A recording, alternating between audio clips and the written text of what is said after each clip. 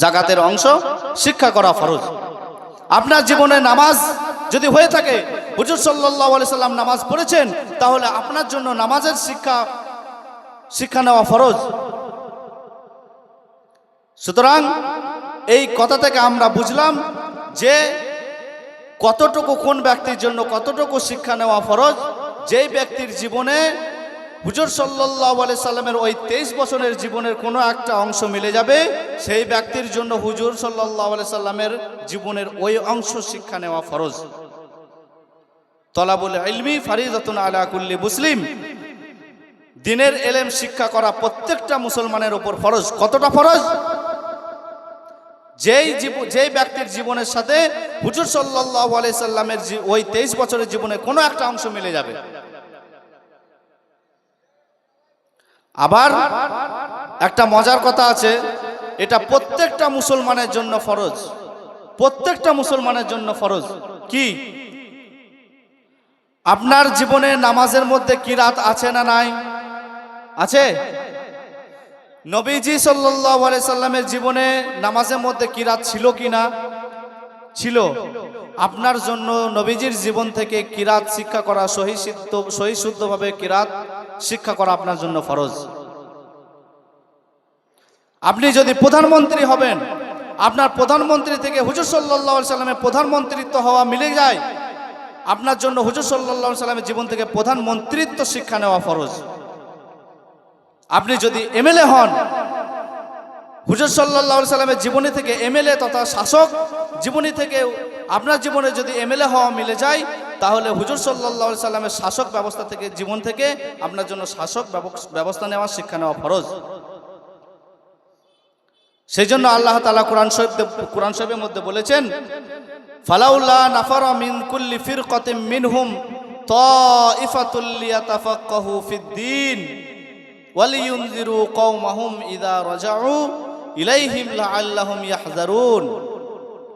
পৃথিবীর সমস্ত মানুষের জন্য তার নিজের জিন্দেগিতে প্রয়োজনীয় আমল করার জন্য প্রয়োজনীয় ইলম শিক্ষা করা ফরজ।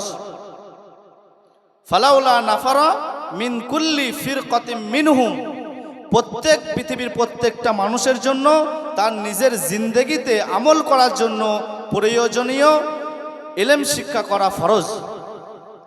যে কথা কিছু বুঝতে পারছেন আপনারা? আবার কিছু এমন মাসআলা আছে যেটা পৃথিবীর কোনো মানুষের কাজে আসে না, তবুও কিছু কিছু মানুষকে সেই মাসআলা জেনে রাখতে হয়। কিছু কিছু মাসআলা আছে জীবনে কোনো মানুষের কাজে আসে না, কোনো পুরুষ মানুষের কাজে আসে না, তবুও বহুত আলেমকে সেই মাসআলা সম্পর্কে জ্ঞান রাখতে হয়। তাইফাতুল লিয়াতাফাক্কাহু ফিদ-দীনি ওয়ালিয়ুনযিরু কওমাহুম ইযা রাজাউ ইলাইহিম লাআল্লাহুম ইয়াহযারুন। আল্লাহ তাআলা কোরআন শরীফের মধ্যে বলছে যে প্রত্যেক মুসলমানের জন্য তো দ্বীনের শিক্ষা অর্জন করা ফরজ, এটা তো আছেই। তাইফাতুল লিয়াতাফাক্কাহু ফিদ-দীন, এবং কিছু শ্রেণীর মানুষ এমন হবে যারা শুধু নিজের জন্য দ্বীনের ইলম শিক্ষা করবে না, যারা মানুষের কল্যাণের জন্য, সমাজের কল্যাণের জন্য দ্বীনের ইলম অর্জন করবে। উদাহরণ দিলে বুঝতে পারবেন। আপনাদের এলাকাতে অনেক আলেম আছে, তারা কি শুধু নিজের জন্য ইলম শিক্ষা করে? নিজের জীবনে আমল করার জন্য তো আছেই, তার সাথে সাথে মানুষের উপকারের জন্য, সমাজের উন্নতির জন্য, উম্মতের উন্নতির জন্য দ্বীনের ইলম বা দ্বীনের জ্ঞান হাসিল করেন। তাইফাতুল লিয়াতাফাক্কাহু ফিদ-দীনি ওয়ালিয়ুনযিরু কওমাহুম, আল্লাহ তাআলা নিজে বলেছেন এরা নিজের জন্য ইলম হাসিল করে না, এরা নিজের জন্য জ্ঞান অর্জন করে না। ওয়ালিয়ুনযিরু কওমাহুম, এরা কওমের জন্য শিক্ষা হাসিল করে। ওয়ালিয়ুনযিরু কওমাহুম, এরা কওমের জন্য দ্বীনের জ্ঞান অর্জন করে। আর আমি আল্লাহ তাআলা আমার গায়বী মাদাদ থেকে আমি এদেরকে গভীর জ্ঞানের ইলম দান করি, আলেমদেরকে। আচ্ছা বলেন তো, লজ্জার বিষয় নয়, জানতে হবে। একটা উদাহরণ দিলে বুঝতে পারবেন। আমরা কি পুরুষ মানুষ? আমি কি পুরুষ মানুষ? তো আচ্ছা, আমার কি কখনো হায়েজ হয় না? হবে। আলেম পুরুষ মানুষ যারা আলেম আছেন তাদের কি কখনো মাসিক হয় না হবে? তিনারা মাসিক সম্পর্ক মাসআলা পড়েন নাই? মাসিক সম্পর্কে মাসআলার জ্ঞান রাখেন নাই? অনেক গরিব আলেম আছেন যিনাদের জাকাত ফরজ হয় নাই, তিনারা কি জাকাতের মাসআলা পড়েন নাই? অনেক গরিব আলেম আছেন যিনাদের হজ ফরজ হয় নাই, তিনারা কি হজের মাসআলা জেনে রাখেন নাই? হজের জন্য যে ইলম প্রয়োজন, যে জ্ঞান, সেটা তাদের মধ্যে থাকে না? আছে। তো মাদ্রাসায় পড়তে গেলে তালিমুল ইসলাম বলে একটা কিতাব আছে, ওই কিতাব থেকে শুরু করে নিয়ে একবারে মুফতি ক্লাস পর্যন্ত এরকম বহুত ক্লাসে অনেক অনেক কিতাব রয়েছে যেগুলো শুধুমাত্র মেয়েদের জন্য, যেগুলো যে মাসআলা শুধু মহিলাদের জন্য, সেই মাসআলা কি আমাদের পুরুষের জন্য কাজে আসবে? কাজে আসবে না। কিন্তু আমাদেরকে জানতে হয় কিসের জন্য? সমাজের উন্নতির জন্য, সমাজের উম্মতের জন্য জানতে হয়। বহু আলেমকে এই সম্পর্কে জ্ঞান রাখতে হয়। এই জন্য আল্লাহ তাআলা বলেছে তাইফাতুল লিয়াতাফাক্কাহু, এই যে এক ধরনের আলাদা জামাত, আলাদা গ্রুপ তৈরি হবে, তাদেরকে আল্লাহ তাআলা তার গায়বী মাদাদ থেকে ইলম দান করবেন, গায়বী মাদাদ থেকে জ্ঞানের অধিকার বানাবেন। কিসের জন্য? আল্লাহ তাআলা সেই সমস্ত মানুষের ভালো চাই বলে হাদিস শরীফের মধ্যে বলেছে মান ইউরিদিল্লাহু বিহি খায়রা ইফাক্কিহু ফিদ্দিন, যে আল্লাহ তাআলা যার ভালো চান, যার কল্যাণ চান, আল্লাহ তাআলা তাকে দ্বীনের গভীর জ্ঞান দান করেন। তো আমরা বুঝতে পারলাম যে দ্বীনের ইলম আমাদের জন্য কতটা গুরুত্বপূর্ণ। কেন গুরুত্বপূর্ণ? কারণ আল্লাহ তাআলা আমাদেরকে বানিয়েছেন তার ইবাদত করার জন্য, তার বান্দেগি করার জন্য। সেই বান্দেগি করার পদ্ধতি যদি আমরা না জানি, আমরা ইবাদত করব কিভাবে? সেই বান্দেগির যদি আমরা সিস্টেম না জানি, নিয়ম না জানি, আমরা বান্দেগি করব কিভাবে? ইবাদত করব কিভাবে? সেই বান্দেগির বা সেই ইবাদতের যদি আমরা লাভ না জানি, ফায়দা না জানি, আমাদের মনের মধ্যে স্পৃহা জাগবে কি করে? আমরা ওই যে ইবাদতটা করব, ওর ফায়দা যদি আমরা না জানি, তাহলে আমাদের মনের মধ্যে ওই স্পৃহাটা জাগবে না। সেই জন্য আমাদের পৃথিবীতে প্রত্যেকটা কাজ করার আগে ওই দুটো জিনিস জেনে রাখা অবশ্যই দরকার, যে জিনিসটা করবে তার সেই জিনিসের কাজের পদ্ধতি, আর 2 নম্বর সেই কাজ দ্বারা তার কি লাভ হবে, তার কি উপকার হবে। আর প্রত্যেকটা মুসলমানের জন্য কতটা ইলম শিক্ষা করা ফরজ? যতটুকু হুজুর সাল্লাল্লাহু আলাইহি সাল্লামের 23 বছরের জিন্দেগি থেকে তার জীবনের কোনো একটা অংশ মিলে যায়, সেই ব্যক্তির জন্য হুজুর সাল্লাল্লাহু আলাইহি সাল্লামের জীবন থেকে ওই অংশটা শিক্ষা নেওয়া ফরজ। তো মোহতারাম বুজুর্গ দোস্ত, আপনারা বলেন তো এই দ্বীনের ইলম শিক্ষা করানো হয় কোথায়? এই দ্বীনের ইলম শিক্ষা কোথায় করানো হয়? মাদ্রাসায়। মাদ্রাসায় শিক্ষায় শিক্ষিত হয়ে কি উপকার হয়? মাদ্রাসায় শিক্ষায় শিক্ষিত হয়ে, কোরআন শিক্ষায় শিক্ষিত হয়ে আমাদের শুধু দুনিয়াতেই উপকার নাই, আখেরাতেও অনেক উপকার আছে। আমি সামনে আলোচনা করছি। মাদ্রাসায় শিক্ষায় শিক্ষিত হয়ে যারা আলেম হয় তাদেরকে রাসূল সাল্লাল্লাহু আলাইহি সাল্লামের ভাষায়, হাদিসের ভাষায় কি বলে? আলিম বলে। আর মাদ্রাসায় যারা শিক্ষা করে তাদেরকে কি বলে? তালেবে ইলম। মাদ্রাসায় শিক্ষায় শিক্ষিত হয়ে একটা পর্যায়ে যখন চলে আসে, আনুষ্ঠানিকভাবে যারা পড়া শেষ করে তাদেরকে কি বলে? আলিম বলে। আর যারা মাদ্রাসায় পড়াশোনা করে তাদেরকে বলে তালবে ইলম।